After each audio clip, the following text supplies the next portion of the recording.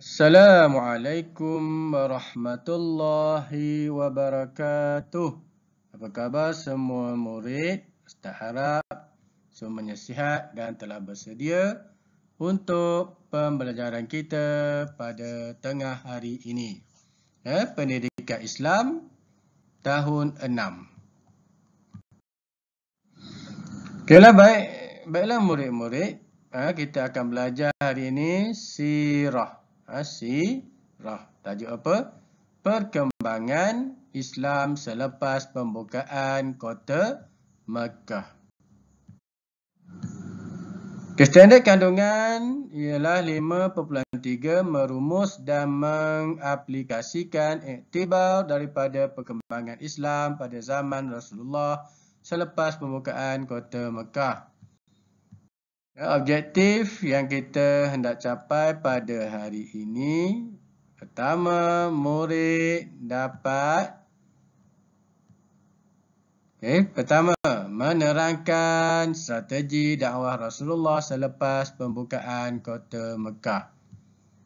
Kedua, menjelaskan cabaran yang dihadapi oleh Rasulullah selepas pembukaan kota Mekah. Baiklah murid-murid. Sekarang kita tengok peta dunia yang berwarna hijau ni adalah negara Islam. Negara Islam. Malaysia di sini. Nampak ni Malaysia ni. Warna hijau. Maknanya Malaysia ni adalah negara Islam. Indonesia. Okey. Ni Madinah, ni Mekah yang asalnya Islam bermula di sini. Okey. Yang berwarna pink ni, agama Islam dia 10 hingga 19%. Yang ini, yang warna kuning ni, luas juga warna kuning ni. 0 hingga 9% saja umat Islam. Okey, jadi murid ni tanya, bagaimana Islam boleh tersebar ke seluruh dunia? Bagaimana? Adakah tersebar begitu je? Nabi duduk je, tak ada buat apa-apa? Okey, kita tengok. Islam tersebar ke seluruh dunia adalah disebabkan kebijaksanaan Nabi Muhammad sallallahu alaihi wasallam. Apa yang Nabi buat? Nabi menyusun strategi. Kita tengok apa strategi Nabi Muhammad sallallahu alaihi wasallam berdakwah dan kesannya. Strategi Nabi berdakwah dan kesannya kepada dunia. Strategi pertama, mengukuhkan negara Islam. Apabila berlaku pembukaan kota Mekah, Nabi telah buat satu strategi untuk mengukuhkan negara Islam. Bagaimana cara dia? Membentuk masyarakat mengikut acuan Islam. Nabi nak semua orang mesti ikut cara Islam. Pertama yang Nabi buat. Apabila nak ikut acuan Islam, maka Nabi telah menghapuskan amalan jahiliah seperti penyembahan berhala dan hidup mementingkan kabilah serta keturunan. Seterusnya apa yang Nabi buat? Melengkapkan kaum muslimin dengan ilmu agama. Dan Nabi buat lagi untuk jadikan masyarakat itu mengikut acuan Islam. Nabi menekankan amalan, tidak mensyirikkan Allah, taat kepada Nabi, mengukuhkan persaudaraan Islam dan menjauhi larangan seperti membunuh dan berzina. Ini semua ni adalah perbuatan-perbuatan pada masa jahiliyah. Jadi Nabi nak hapuskan semuanya supaya ikut ajaran Islam. Yang kedua, untuk mengukuhkan negara Islam, Nabi memperkasakan ekonomi umat Islam. Bagaimana cara dia? Nabi mengutuskan pemungut zakat dan jizyah, cukai kepada kabilah-kabilah dan negeri-negeri yang dikuasai Islam. Itu cara nak mengukuhkan ekonomi umat Islam.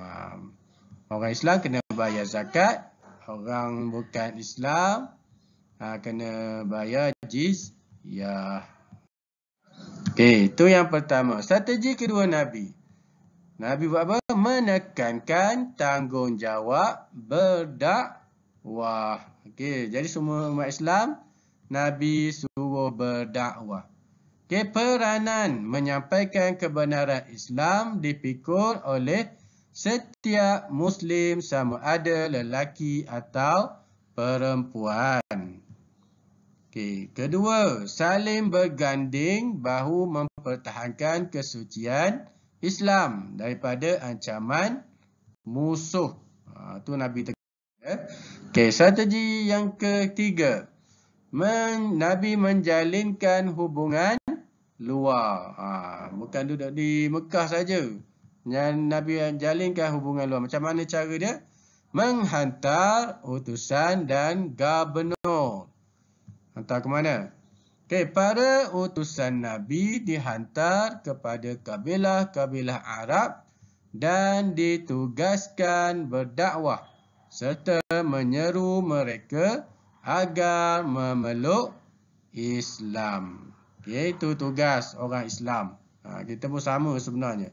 Para gubernur dilantik untuk dihantar ke negeri yang dikuasai Islam dan ditugaskan untuk berdakwah serta mengajar tentang ajaran Islam. Itu yang Nabi buat untuk menyebarkan Islam. Okay, menerima kedatangan delegasi kabilah Arab. Okay. Tadi hantar, ni terima pula. Bukan hantar saja, jadi kena ada hubungan dua hala. Okay, baginda menerima kunjungan mereka yang berhasrat untuk memeluk Islam. Jadi Nabi terima delegasi kabilah-kabilah Arab yang datang untuk Islam. Baiklah murid-murid, ini cabaran yang dihadapi oleh Nabi Muhammad sallallahu alaihi wasallam, cabaran berdakwah. Apa cabaran yang Nabi hadapi? Pertama, menghadapi penentangan bersenjata daripada musuh Islam. Bukan senang ya. Nak menyebarkan Islam ada tentangan. Pertama yang Nabi hadapi ni. Penentangan berlaku akibat kemarahan dan rasa tidak puas hati melihat kejayaan Islam membuka kota Mekah. Mereka juga berasa terancam dan mahu menyekat pengaruh Islam. Maka tercetuslah beberapa peperangan seperti Perang Hunain dan Perang Tabuk. Tengok, tu Perang Hunain. Berlaku di Hunain pada tahun ke-8 Hijrah. Peperangan ini tercetus apabila kabilah Hawazin dan Bani Thaqif tidak berpuas hati dengan kemenangan Islam dan berasa terancam. Bilangan kaum muslimin seramai 12,000 orang. Tentera musuh pula membawa anak, isteri dan harta benda bersama-sama dengan mereka. Peperangan ini berakhir dengan kemenangan pada pihak Muslim.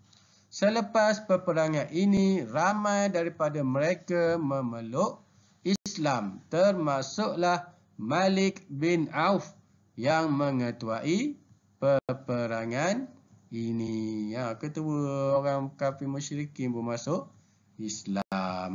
Yang Malik bin Auf, ketua yang mengetuai dalam peperangan Hunain.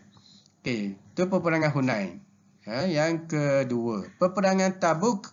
Berlaku di Tabuk. Maknanya tempat tu, nama tempat peperangan tu dinamakan nama tempat, jadikan nama perang tu ya. Tadi Hunain ni Tabuk.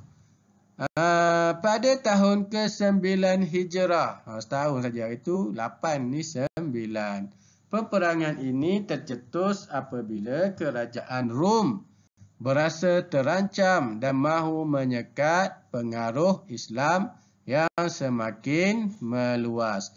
Bilangan kaum muslimin seramai 30,000 orang, manakala bilangan musuh adalah seramai 40,000 orang, lebih 10,000. Peperangan ini berakhir dengan kemenangan di pihak Muslim tanpa berlakunya pertempuran setelah Allah mencampakkan rasa gerun dan takut di hati musuh. Maknanya dua dimenangi oleh Nabi Muhammad sallallahu alaihi wasallam. Okey, cabaran yang kedua. Tadi serang bersenjata ni, cabaran kedua yang Nabi hadapi, menghadapi golongan munafik. Siapa tahu munafik tu apa? Ni golongan yang susah. Nampak macam orang Islam, tapi munafik tu bahaya. Okey, golongan munafik ialah mereka yang berpura-pura Islam dan tinggal bersama-sama dengan kaum muslimin. Golongan ini selalu mencari jalan untuk melemahkan kekuatan umat Islam. Antaranya ialah, macam mana cara dia buat nak lemahkan Islam? Dia sentiasa memberikan alasan dan menolak apabila diminta berganding bahu mempertahankan agama dan negara. Ini sifat orang munafik. Sentiasa ada alasan sahaja. Okay. Yang kedua, menjalinkan hubungan dengan Raja Rom untuk bersama-sama melemahkan umat Islam. Ini bahaya orang munafik ni. Dia secara senyap-senyap dia adakan hubungan dengan Raja Rom. Tujuan dia adalah untuk melemahkan umat Islam. Dan yang ketiga, apa orang munafik ni buat? Membina masjid dirar dengan tujuan untuk menyaingi masjid Quba dan memecah belahkan kaum muslimin. Ni yang Nabi hadapi. Yang senjata tu senang, kita nampak tahu dah tu musuh. Yang ni kita tak tahu. Dia ada dalam kita, tapi kita tak tahu dia tu munafik ataupun tidak. Tapi inilah yang dia buat, tiga ni yang dia buat. Bahaya orang munafik ni. Jadi itulah sahaja untuk tajuk kita pada hari ini. Ustaz harap kamu dapat faham apa yang telah disampaikan. Dan semoga kita boleh jadi iktibar, mengambil iktibar daripada sirah Nabi ini di dalam kehidupan kita seharian. Terima kasih. Sekian saja, wabillahi taufiq wal hidayah. Wassalamualaikum warahmatullahi wabarakatuh.